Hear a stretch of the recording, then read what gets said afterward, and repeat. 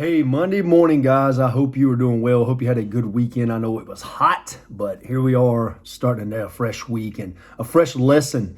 I'm going to go to the book of Jonah this week, and I'm going to do 5 days on lessons from Jonah, what we can learn from the life of Jonah, how the Lord used Jonah, how the Lord commanded him to go to the people of Nineveh and proclaim basically that God is the only God. So today, God's mercy is for everyone. That's today's lesson. We're going to look at Joel chapter 1, verse 2, and I'm going to try to go through a little bit of Joel as I'm going into this lesson. But Joel 1, 2, the Lord commanded, "Go to the great city of Nineveh and preach against it, because its wickedness has come up before me." The city of Nineveh was a wicked city. There was probably murder and just different things going on. Yet God saw fit to have mercy on this. And what did he do? He told Jonah, "Go, I'm sending you to show these people that I'm the only true God," because they're worshiping other gods. They're into other cults and all these other things that they're doing. Go and proclaim God to these people. And what did Jonah do? But Jonah ran away from the Lord and headed for Tarsus. He ended up finding a boat he could get on because he thought he could escape the Lord. But God had other plans, and we'll continue in some of those other plans this week. But God's mercy is for everyone. I want to go to Lamentations 3 and verse 23. And it says, "His mercies are new every morning. Great is his faithfulness." Chad, you don't know what I've done. There's no way God can forgive me. There's no way God can have mercy on me. Well, I'm here to tell you that's a lie from the enemy. See, the author of confusion is not God. It's Satan. He wants to confuse our minds and make us believe there's no way that God can love us. There's no way God's going to give us grace, or this mercy is not real. It's not happening because of what I've done.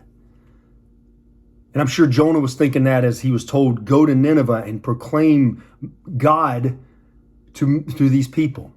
Jonah's thinking, these people are too far gone. Why would I waste my time, Lord? You know what? Instead, I'm just going to run.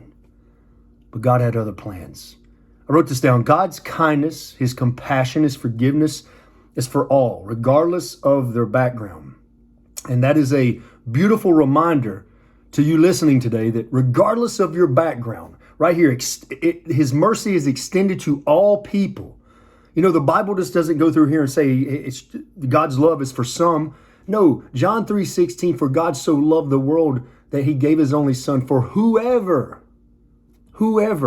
Galatians 2:20, "He loved me, he gave himself for me."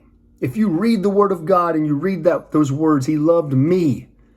It doesn't say Jesus loved some, so he gave his love for some. No, it says he loved me, he gave himself for me. And his mercies are new every morning, regardless of what you've done. His compassion, his love, his grace, it's for you.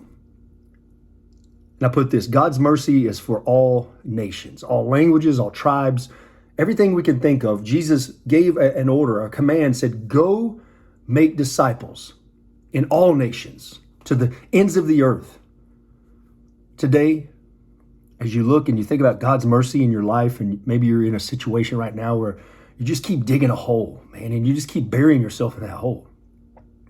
Well, it's time to start taking steps back and saying, God, I know your mercy is good. I know your love is good. I know your love is real. And I pray, Lord, help me. Send me a Jonah. Because we'll go through the book of Jonah and we'll see that eventually he went to Nineveh and proclaimed God to him. I hope this lesson is going to be a blessing this week, guys. I love you, and I hope you have a wonderful Monday.